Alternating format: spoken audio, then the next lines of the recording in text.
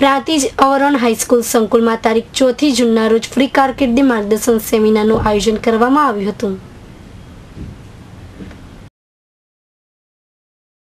પ્રાંતિજ કેળવણી મંડળ સંચાલિત અવરોન હાઈસ્કૂલ વિજ્ઞાન પ્રવાસ સંકુલમાં ધોરણ 10 પાસ કરેલ વિદ્યાર્થીઓ માટે માર્ગદર્શન સેમિનારનું આયોજન ટ્રસ્ટી મંડળ દ્વારા કરવામાં આવ્યું હતું. આ સેમિનારમાં માર્ગદર્શન આપવા ઓમ એજ્યુકેશન અમદાવાદના દર્શિતભાઈ તેમજ રશ્મિકાંતભાઈ રાવલ ખાસ ઉપસ્થિત રહ્યા હતા. આ બંને મહાનુભાવોનું સ્કૂલના આચાર્ય હેમલભાઈ પટેલે શબ્દોથી સ્વાગત કર્યા બાદ કેળવણી મંડળના મંત્રી રહીશભાઈ કસબાતીએ ફૂલહારથી સ્વાગત કર્યું હતું.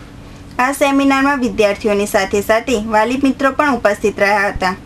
સેમિનાર અંતર્ગત ધોરણ 10માં પાસ થયા બાદ શું કરવું તે અંગે વિવિધ ચર્ચાઓ કરવામાં આવી હતી અને વિદ્યાર્થીઓને ધોરણ 10 પછી સાયન્સ, કોમર્સ કે આર્ટ્સ કયા પ્રવાહ તેમજ કયા ઉચ્ચ અભ્યાસમાં પ્રવેશ મેળવવો, સ્કોલરશિપ મેળવવા શું કરવું, ધોરણ 12 સાયન્સ પછી વિદેશમાં ઉચ્ચ અભ્યાસનો મૂંઝવતો પ્રશ્ન વગેરે બાબતો અંગે વિસ્તૃત સમજ આપવામાં આવી હતી.